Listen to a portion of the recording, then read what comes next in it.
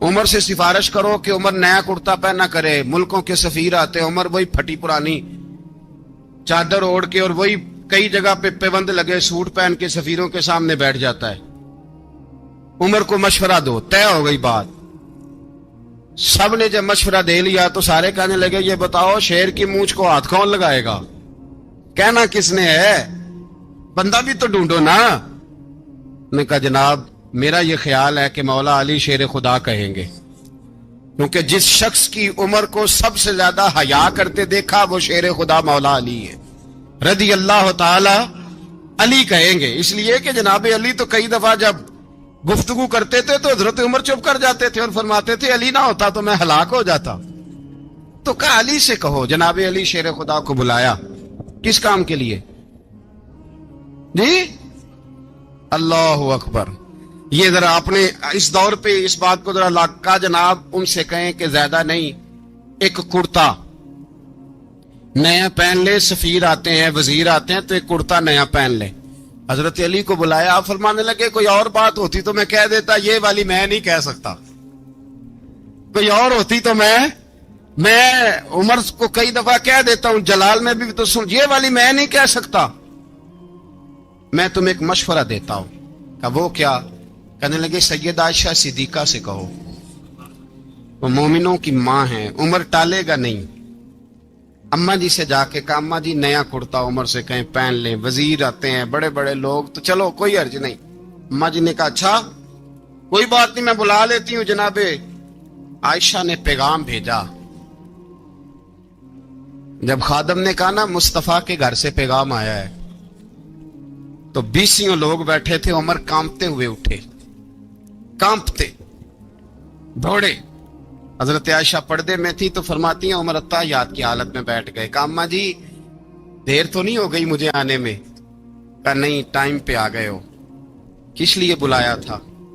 کہا عمر دیکھو غربت کے معاملات اور ہوتے ہیں, جب اللہ آسانی دے تو کوئی چیز استعمال کرنا حرام نہیں ہوتی, اگر حرام ہے تو بتاؤ. کہا نہیں اماں جی حلال ہی ہے. تو فرمایا پھر اتنے سفیر آتے ہیں, مشیر آتے ہیں, اب تو مال غنیمت بڑا آتا ہے, ڈھیر لگ جاتے ہیں مسجد میں, تو چل ایک نیا کرتا تم بھی پہن لیا کرو. اور آپ نیا کرتا پہنو گے تو دھاک بیٹھے گی غیروں پر.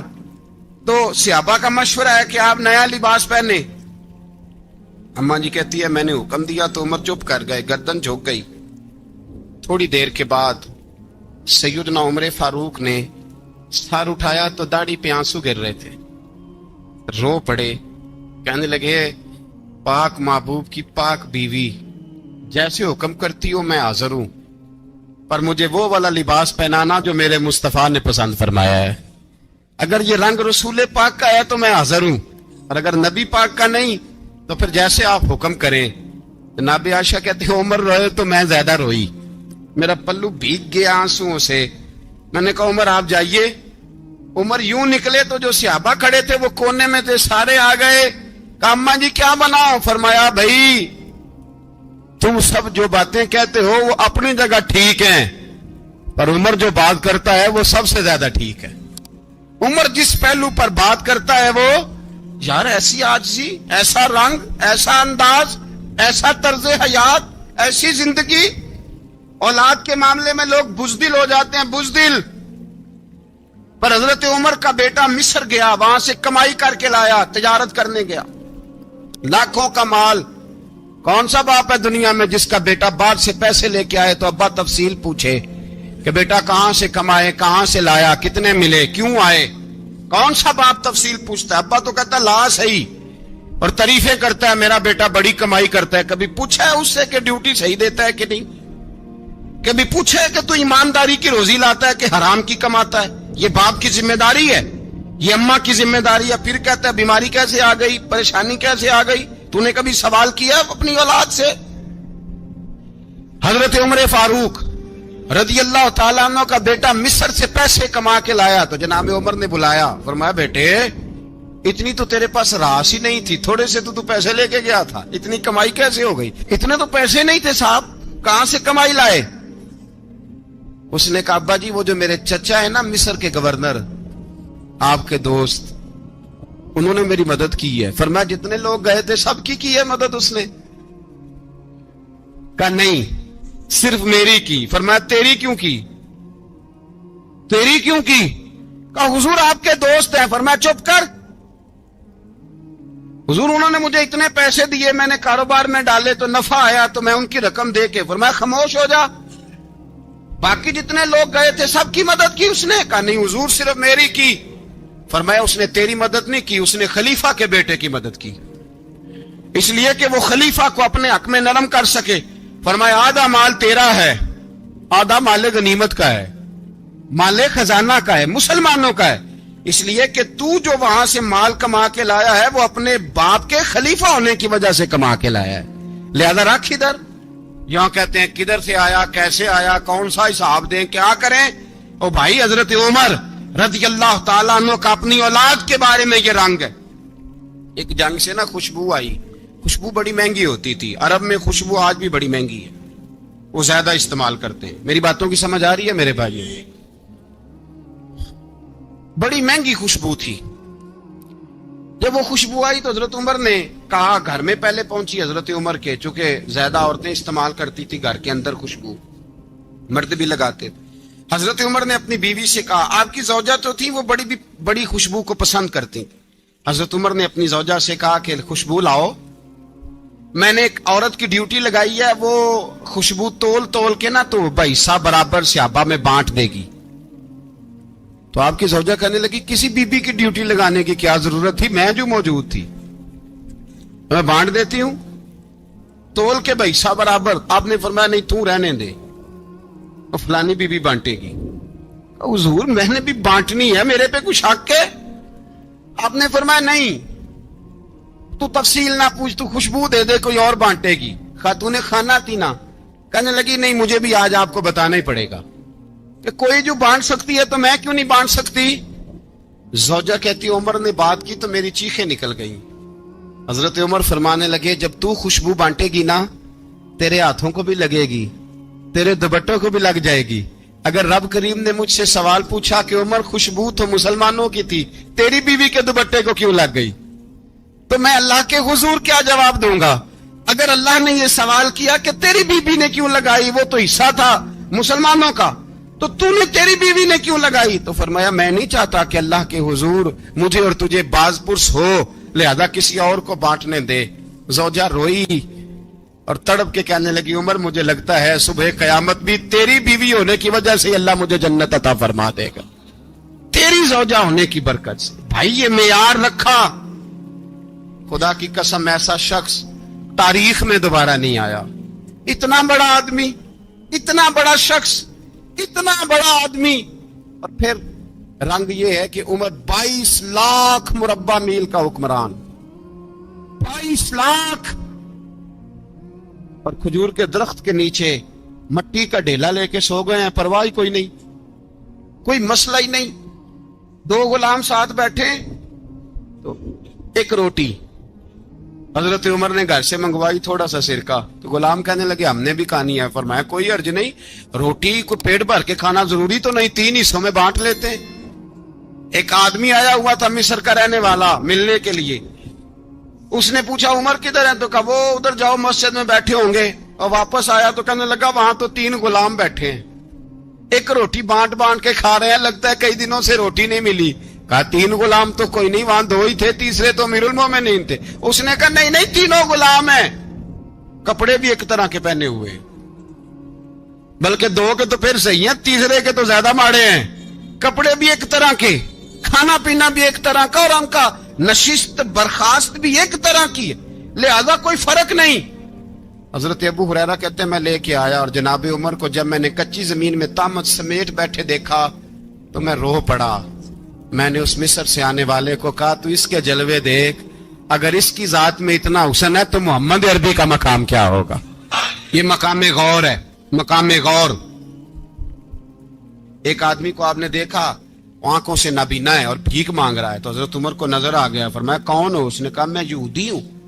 فرمایا بھیک کیوں مانگتے ہو؟ کہا جب تک تندرست تھا مسلمانوں کو جزیہ دیتا تھا, بوڑھا ہو گیا ہوں کیا کروں. حضرت عمر نے گھوڑے کی پشت پہ بٹھایا, کافر کو گھوڑے کی پشت پہ بٹھایا اور بٹھا کے مدینے لائے. حضرت علی شیر خدا وزیر خزانہ تھے. فرمایا علی اس کا وظیفہ جاری کرو. کہا یہ کون ہے؟ فرمایا یہ یہودی ہے، لیکن یہ ہمیں جزیہ دیتا رہا، بوڑھا ہو گیا بیچارہ، بھیک مانگنے پہ مجبور ہے، ہماری حکومت کے اندر رہتا ہے، اس کا پورا وظیفہ جتنا خرچہ اتنا وظیفہ لگاؤ۔ حضرت علی کہتے ہیں میں وظیفہ لگا رہا تھا اور وہ میرے نبی کا کلمہ پڑھ رہا تھا، وہ رسول اللہ کا کلمہ پڑھ رہا تھا۔ یہ مزاج، یہ نہیں کہ کافر۔ حضرت عمر نے گورنروں کو خط لکھے تھے کہ زبردستی کسی کو مسلمان نہیں کرنا، جہاں ان کی عبادت گاہیں بنی ہو گرانی نہیں، کوئی مندر کوئی گرجا ضائع نہیں کرنا۔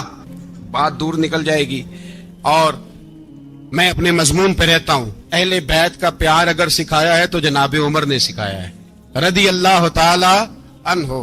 امام حسن ملنے، آپ یقین کریں میں جب اس واقعہ کو پڑھتا ہوں تو میرا دل جھوم جاتا ہے۔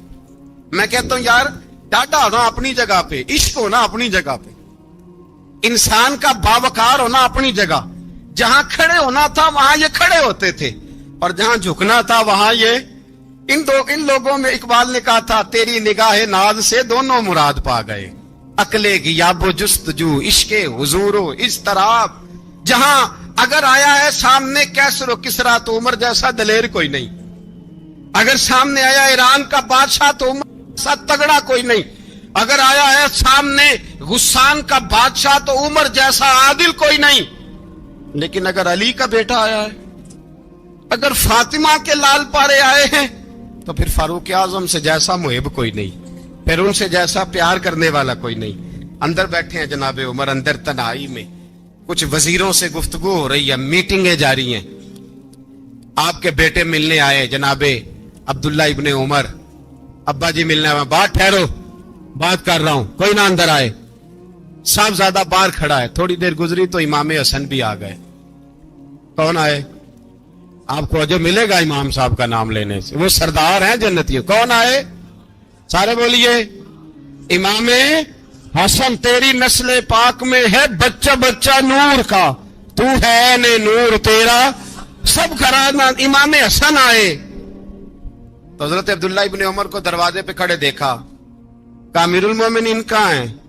کہنے لگے حضرت عمر کے بیٹے۔ کہنے لگے وہ اندر بیٹھے، کچھ میٹنگ ہو رہی ہے، اور انہوں نے کہا کوئی اندر نہ آئے، لیکن آپ جانا چاہیں تو چلے جائیں، آپ جانا چاہیں تو، تیری نسل پاک میں ہے بچہ بچہ نور، آپ جانا چاہیں تو چلے جائیں۔ تو انہوں نے کہا جب آپ باہر کھڑے ہیں تو مجھے کوئی اتنا ضروری کام نہیں، اور ابھی زور کی نماز تھوڑی دیر میں ہوگی، میں مسجد میں مل لوں گا امیر المومنین سے۔ یہ بات کہہ کے امام حسن چلے گئے۔ یار اتنی بڑی بات نہیں تھی، اتنی بڑی بات نہیں تھی۔ تو میرے استادوں کا بیٹا بھی آئے تو کہا ٹھیک ہے جی وہ سوئے ہوئے ہیں، تو کوئی غرض نہیں یار میں ٹھہر کے آ جاؤں گا، کوئی بڑی بات نہیں تھی، دیکھا جائے تو بڑی بات نہیں تھی، پر بات بہت بڑی تھی، اس لیے کہ یہ خالی حسن نہیں، یہ حسن ابن علی ہے، یہ حضرت فاطمہ کے لخت جگر۔ حضرت عمر باہر نکلے، عبداللہ ابن عمر سے پوچھا کوئی آیا تو نہیں؟ تو کہا حضور امام حسن آئے تھے۔ تو کہا پھر شہزادے کو اندر کیوں نہیں بھیجا؟ کہا میں نے کہا تھا۔ وہ کہنے لگے اگر امیر المومنین مصروف ہیں تو میں ظہر میں مل لوں گا۔ حضرت عمر رونے لگے، فرمایا بیٹے تو نے اچھا نہیں کیا۔ پھر مسجد نہیں گئے، سیدھے امام حسن کے دروازے دستک دی، امام حسن باہر آئے، کہا شہزادے آئے تھے تو ملے کیوں نہیں؟ تو امام حسن کہنے لگے حضور آپ کا اپنا بیٹا دروازے پہ کھڑا تھا، آپ کا اپنا بیٹا دروازے پہ کھڑا تھا، اور منع بھی کیا تھا آپ نے تو میں زور میں مل لیتا۔ حضرت امام حسن فرماتے جوش جذبات میں جناب عمر نے سر سے پگڑی اتار دی، جوش جذبات میں کہنے لگے حسن میرے بیٹے کا اور آپ کا کیا مقابلہ؟ کیا اس کی ماں کا نام فاطمہ الزہرا ہے؟ کیا اس کی نانی کا نام خدیجہ الکبریٰ ہے؟ کیا اس کے نانے کا نام محمد مصطفیٰ ہے؟ آپ کا اور اس کا کیا مقابلہ؟ پھر رو پڑے اور کہنے لگے بیٹے میں مکے کے صحراؤں میں اونٹ چرایا کرتا تھا، یہ جو میرے سر پر عزت کے بال ہیں یہ تیرے نانے کے اگائے ہوئے، میں مکے کے خبردار شہزادے خبردار۔ او بھائی اہل بیت نبوت کے ادب کا رنگ اگر سکھایا ہے تو سیدنا عمر نے سکھایا ہے۔ سوار دے فرماتے جب پہنچے نا دار ارقم میں تو دروازے پہ حضرت امیر حمزہ کھڑے تھے۔ حضرت امیر حمزہ، ایک شخص کہنے لگا حضرت امیر حمزہ سے عمر آ رہا ہے، فرمایا آنے دو۔ کہا حضور وہ تلوار بھی گلے میں لٹک رہی ہے، فرمایا آنے دو، وہ اگر عمر ہے تو میں بھی امیر حمزہ ہوں۔